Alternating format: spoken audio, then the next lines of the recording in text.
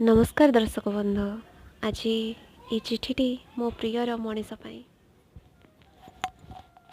मो हृदयर मनीष आशा करे मो प्रेमर पहाड़ टपी तुमको स्पर्श करिवार दुस्साहस करिनथिबे। कष्ट और जंत्रणा बेसी किछि लेखुनी जानिछि। व्यस्तता भितरे तुमे पढ़ी न पारिबा भयरे खूब कम समय नष्ट करिबी। मो प्रति थिबा सेई पूर्व प्रेमर किछि अधिकार नहीं। गोटे कथा मो मनरे प्रति मुहूर्त चहल सृष्टि करे। सतरे कौन तुम भूली जाइच ना अभिनय करुछ भूली जिबार? जदि सतरे भूली जाई थाओ ते बते दे पारिबो कि मते सेही उपाय गुड़िक?